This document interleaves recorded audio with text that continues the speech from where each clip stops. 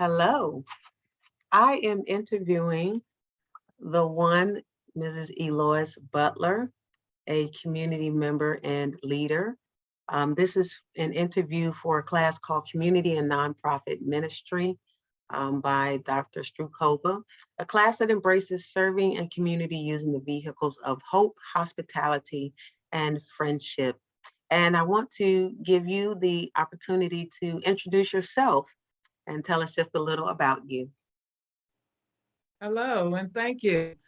As was mentioned earlier, my name is Elois Butler, and I am a retired educator, a teacher for 20 years, and an additional 20 plus years as a guidance counselor and tutor for Portsmouth Public Schools. I'm also a member of New Hope Baptist Church. While there, I am the first female vice chair of the diaconate ministry.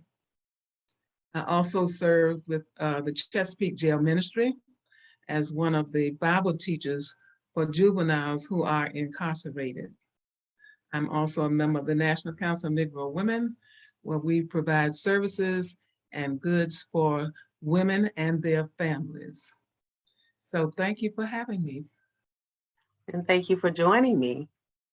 So you are just very versed in diverse groups and opportunities to serve and to volunteer.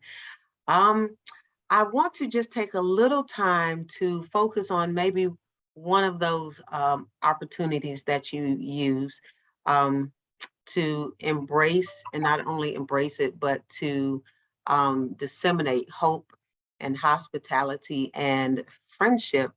And during the pandemic, at the beginning of the pandemic, it was a very trying time as national and government governors' orders were for people to stay on a lockdown, um, with the hopes of eradicating or, bringing the virus down to, um, a workable level.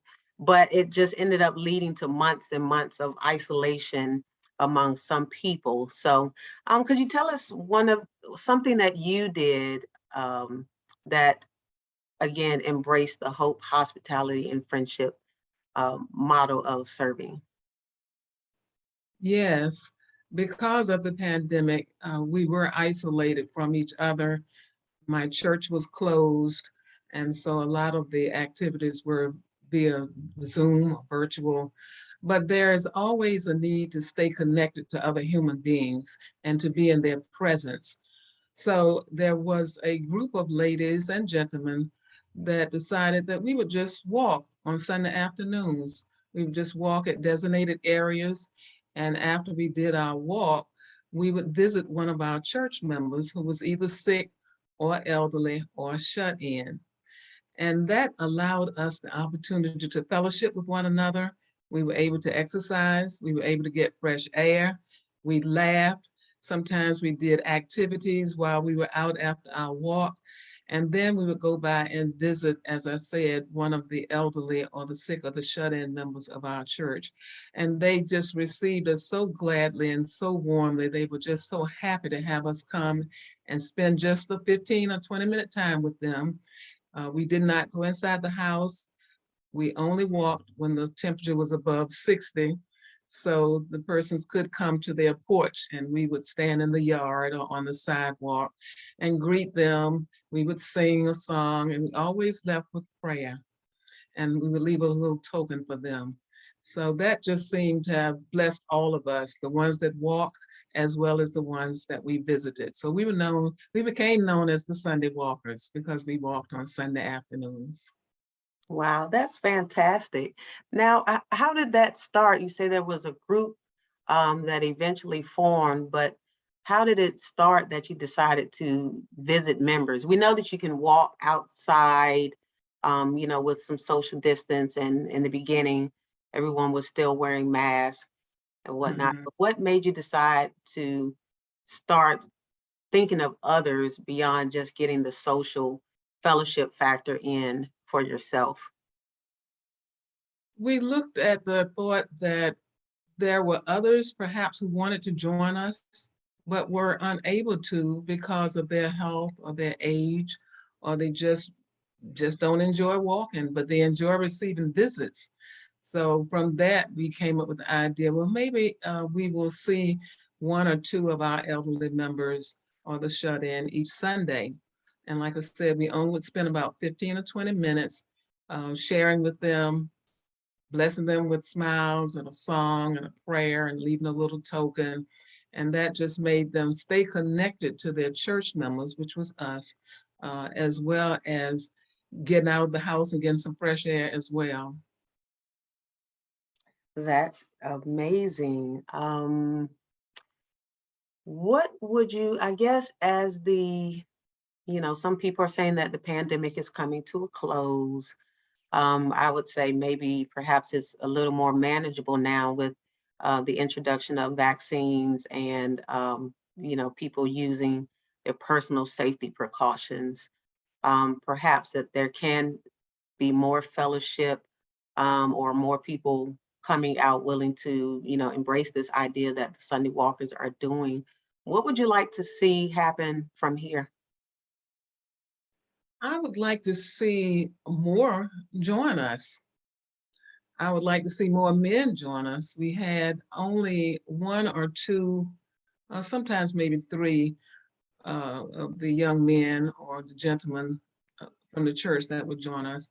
But I would like to see more men join us, more younger people join us, and enjoy the fellowship as well as the exercise. Mhm. So this is really looking like it's an intergenerational um, fellowship. It's not just, I guess, seniors visiting seniors, but it's a way to connect younger generations to the wisdom that the seniors can share even from their porch, as you're having, small discussions and visitations. Yes, and we did have some young adults that walked with us on a regular basis. And one young lady would even bring her young son. So it was neat to have that connected the generations as we walked. And we were able to share wisdom. We were able to talk with one another. We were able to share testimonies, words of encouragement, laugh, and just have fun. And it's interesting that you become friends with people that you never, thought that you would become a friend to, beyond the association of, where you worship. Um, where did you find inspiration, I guess, throughout your life to want to serve people or make sure that the elderly or the shut in or the sick people were not forgotten? From my mother initially, my mother was one who always loved other people, and she seemed to have had a special affection for the elderly, elderly women in particular. I do recall that if anyone in the neighborhood had death in the family, she would cook a dish and take it there and sit and visit with them for a while. Or if someone was sick in the community, she would go by and see what they needed, whether it was food or a ride or prayer or just conversation and some company. So that's where I received my inspiration to connect with the elderly. And in doing so, I have found that they have a wealth of wisdom and knowledge to share. And I have benefited from it. It has helped me to avoid a lot of pitfalls in life by just listening to them share what they have been through their experiences. Well, that's very cool. Is that And cool? it is cool. It is. Cool. Speaking of cool, what are some of the activities? You said the Sunday Walkers did more than just walk. So what were some of the activities that everyone could participate in? Occasionally, we would have some special surprise activities.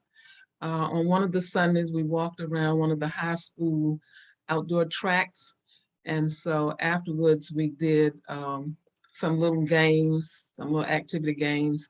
On another occasion, after we walked, we made homemade ice cream. And that was using milk and sugar and some vanilla flavoring in a bag with some ice and shaking it up. So we all made homemade ice cream and it was good. Yeah.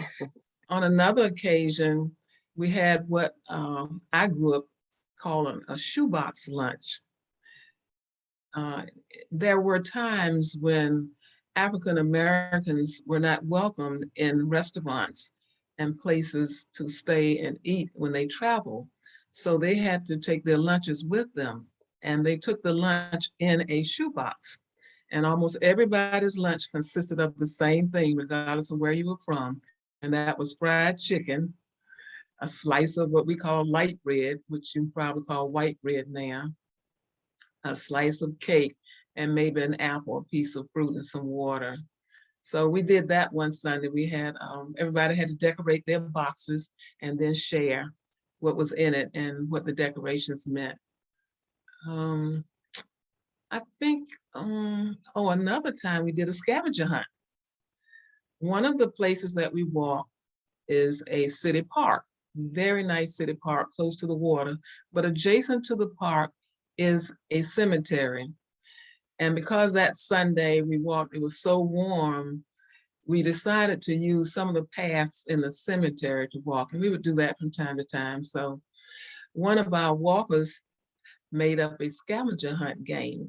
And so she had different things on little slips of paper that we had to find as we walked through the cemetery, such as looking for certain dates or maybe finding how many people were in the military and so forth. And so that was fun. Even though it was in the cemetery, it was still fun. That sounds very cool. So as we close, I'm wondering what message of hope, hospitality, or friendship would you like to share with the class or those who may listen to this session here? In order to have friends, you must show yourself friendly. And that's having a positive attitude, being willing to connect with people, and giving them words of hope and encouragement, giving them words that would edify or build a person up. And that allows a person to want to keep on going. They may get to some points where it's like, I feel like giving up. I don't think I can go any further. But if you're there to offer some words of hope and encouragement and comfort and peace, you would be surprised how beneficial that is in just a very small way to get that person going and keep them moving forward. Very good, very good. Well, I thank you for your time and your wisdom and your history lesson and all of that. So I do hope that someone can gather something very beneficial from this conversation. And I will try to include a link to a video of some of the things that the Sunday Walkers um, have done to show that friendship and the hospitality and the hope that that ministry brought to the seniors and others. So thank Yeah, you again. and thank you. All right. Have a good night. Good night.